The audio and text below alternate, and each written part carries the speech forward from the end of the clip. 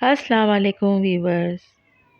आज मैं आपके साथ बहुत ही मज़ेदार किस्म के पतीसे की रेसिपी शेयर करने वाली हूँ, जिसे बनाना बहुत ज़्यादा मुश्किल तो नहीं है, लेकिन अगर आप मेरी वीडियो को बहुत गौर से देखेंगे तो होप सो कि आप इस पतीसे को परफेक्टली बना लेंगे। खाने में बहुत सॉफ्ट और बहुत ही मज़ेदार होता है। ये देखिए,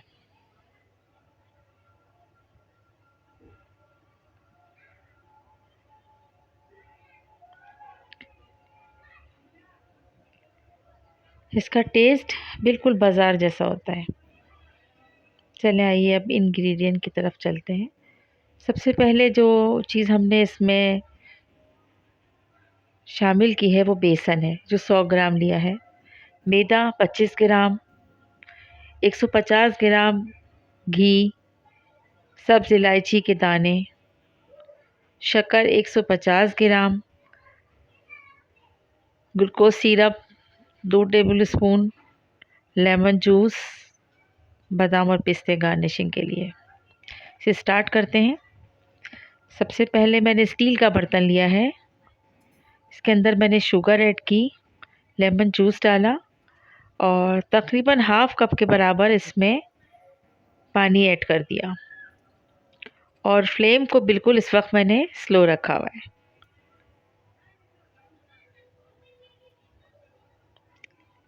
साथ साथ इसमें ग्लूकोज सिरप भी ऐड कर दिया है। इसे अच्छी तरह से मिक्स करना है। जब तक ये मिक्स ना हो, स्पून चलाते जाना है।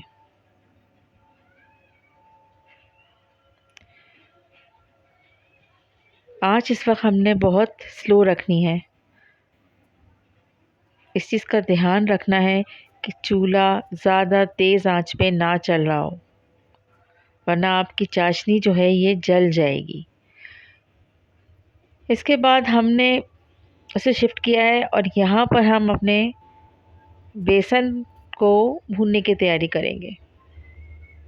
इसके लिए नॉन स्टिक एक बर्तन लिया है मैंने। इसमें मैंने अपना घी ऐड कर लिया है।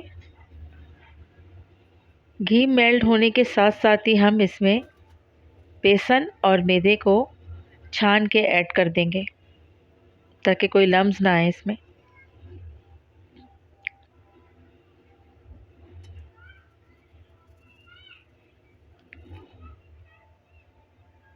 इसके साथ साथ हमने इसमें मैदा भी ऐड कर दिया है। इसके बाद हम स्पून की मदद से इसको अच्छी तरह मिक्स कर लेंगे।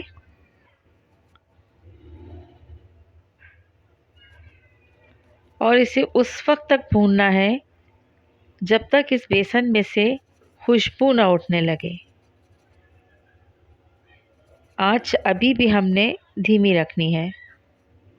स्लो फ्लेम पे इसको हमने भूनना है।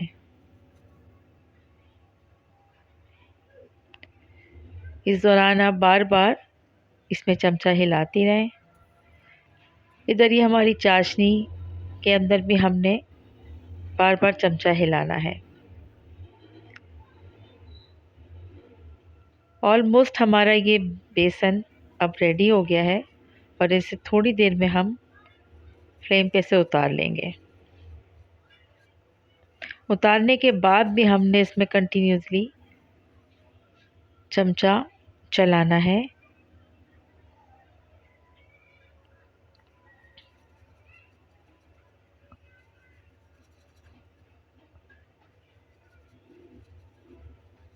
बहुत अच्छी सी खुशबू आना शुरू हो गई है।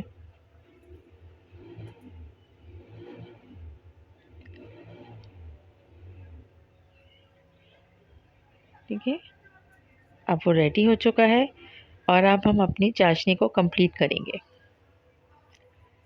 इसे इतना पकाना है कि इसमें तार बनना शुरू हो जाए। इसे चेक करने के लिए हमने थोड़ी सी चाशनी को पानी के अंदर ऐड करके देखेंगे। अगर आपने वो हाथ से चाशनी को उठा लिया, मतलब गोली सी बन जाती है, तो थोड़ी देर उसके बाद और कुक करना होगा। थोड़ी हार्ड फॉर्म में करना है हमने इस चाशनी को।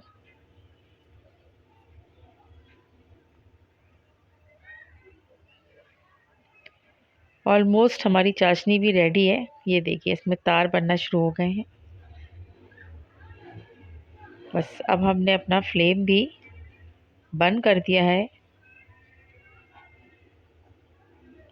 और इसको हम ठंडा करने के लिए अब दूसरे बर्तन में शिफ्ट कर देंगे। याद रखें उस बर्तन में थोड़ा सा ऑयल या घी लगाना होगा, वरना ये स्टिक हो जाएगा। देखिए ये कलर आना चाहिए, लाइट ब्राउन सा।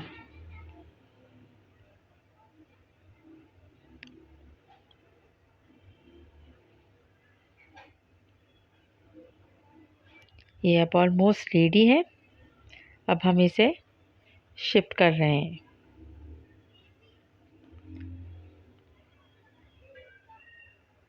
ठीक है, अब इसका वेट करेंगे थोड़ा सा, चंद सेकेंड इसको ठंडा होने का, और इसी थाल के अंदर हम इसे आगे पीछे हिला के देखेंगे।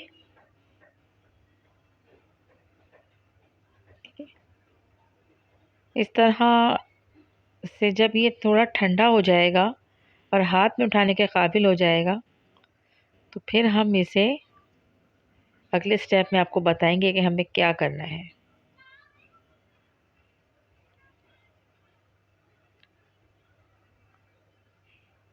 जैसे जैसे ये ठंडा हो रहा है, सिमटना आसान हो रहा है इसके लिए।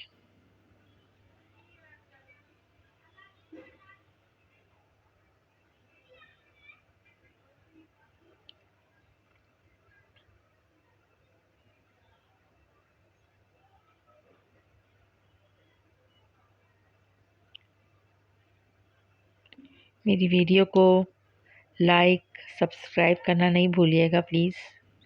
ये मेरी फर्स्ट वीडियो है। ये देखिए अब ये सिमटने लगा।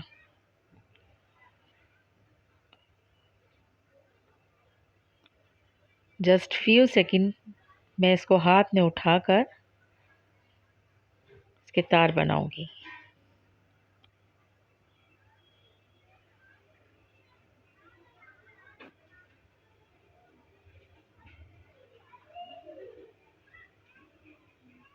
हमें इसे छोड़ना नहीं है, वरना ये हार्ड हो जाएगी, स्टिक हो जाएगी और ये बर्तन में से निकलेगी भी नहीं। ठीक है, ये देखिए नाज़रीन, मैंने अब इसे उस बर्तन से निकाल के अब इसे खींचना शुरू कर दिया है लंबाई में। इस तरह से कोई मैं 10 या 12 दफ़ा इस तरह करूँगी। जब इसका कलर चेंज हो जाएगा, लाइट टोन में चला जाएगा, तो एक रिंग सा बना लूँगी, और रिंग बनाने के बाद हम उस बेसन के अंदर इसको ऐड करके और अपनी प्रैक्टिस को जारी रखेंगे।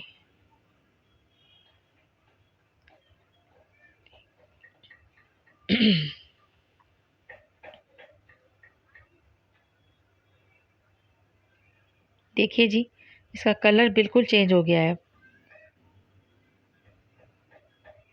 कलर चेंज जैसे ही होगा, हमें इसके अंदर देखें लच्छे से नज़र आना शुरू हो गए हैं। इसे तोड़ना नहीं है, इसको कहीं से भी ब्रेक नहीं करना है।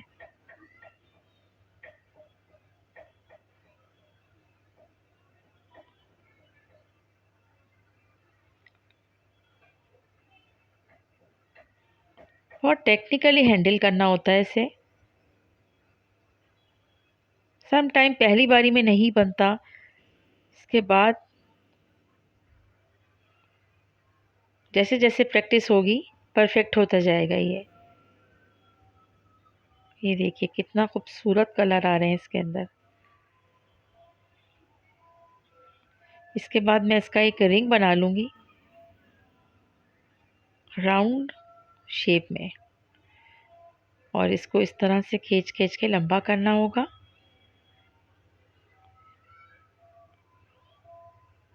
देन अब हम इसे अपने बेसन के साथ शामिल करके इसमें रोल करते जाएंगे और इसे खींचते जाएंगे। हमें ये प्रैक्टिस उस वक्त तक करना है जब तक हमारा बेसन और ये हमारा रिंग यकजान ना हो जाए।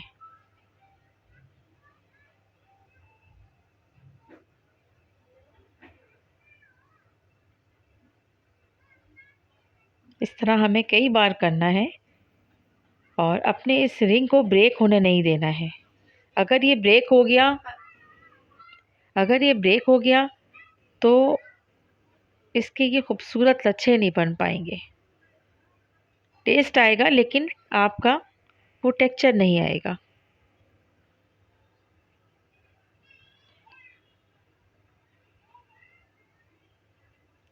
ये जब बिल्कुल ड्राई हो जाएगा तो उसके बाद हम इसे इसी सूरत में एक प्लेट के अंदर रख के इसके कट कर लेंगे और ऊपर से हम इसे गार्निश कर देंगे अपने पिस्ते और बादाम के साथ। थोड़ा सा रखने के बाद जब इसे खाएंगे तो बहुत उम्दा टेस्ट है इसका। वीडियो पसंद आई हो तो वीडियो को लाइक शेयर कमेंट ज़रूर कीजिएगा।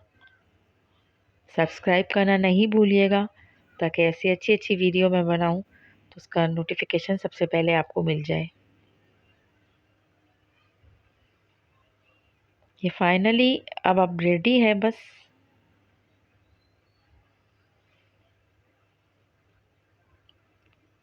अब इसे बस सेट करना है और कट कर लेना है। मैंने इसको पिज़्ज़ा कटर से कट किया था। बहुत सारे लोग सीज़र से भी कट कर लेते हैं, तेज़ नाइफ़ से कट हो जाता है।